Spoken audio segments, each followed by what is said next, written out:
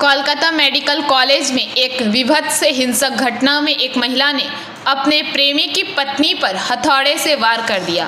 पीड़िता प्रियंका वैद्य ने कहा कि यह हमला उसके पति मेडिकल प्रतिनिधि सौरभ वैद्य और उसकी प्रेमिका के बीच विवाहेतर संबंध का परिणाम है।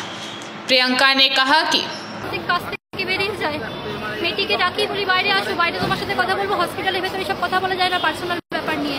মেয়েটি কথা শুনিনি এবং নোংরা নোংরা অশ্লীল ভাষায় গালিগালাজ করতে থাকে আমাকে। তারপর কোথা থেকে কি হাতুড়ি তুলে ঘরের পেছন ঘরে আমাকে, তখন কথা বলছিলাম, বচ্চসা হচ্ছিল ওর সাথে, একটি ঘর থেকে ঢুকিয়ে কোথা থেকে হাতুড়িটা বার করে আমাকে মাথায় মেরে বলছে তাড়াতাড়ি আসো দেখো, আমাকে মেরে ফেলার চেষ্টা করছে। ততক্ষণে অলরেডি আমার মাথায় অ্যাটাক করে দিয়েছে। আমি যদি ওকে মারার চেষ্টা করতাম তাহলে তো ওর হাতে বা কোথাও শরীরে কোথাও নখের আঁচড় থাকতো বা কিছু থাকতো, ও কোনো প্রমাণ দিতে পারবে না। ওকে বেধড়ক মেরেছে, আমার নাক ফাটিয়ে দিয়েছে।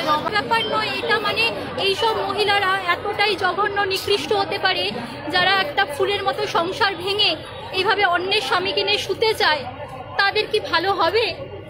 আমি এটাই জানতে চাই। সেও তো একটা মা, সেও তো তার ঘরেও তো একটা বাচ্চা আছে, তার বাচ্চার সাথেও তো এটা হতে পারে আগামী দিনে। আমার সাথে যে অন্যায়টা করছে সেই অন্যায়টা তো 10 থেকে 15 বছর মধ্যে তার মেয়ের সাথেও ঘটতে পারে। অভিশাপ কাউকে ছাড় দেয়। Bureau report PVTV news. नियमित अपडेट एवं दुनिया भर की ताज़ा खबरों के लिए हमारे फेसबुक पेज को फॉलो एवं यूट्यूब चैनल को सब्सक्राइब करें।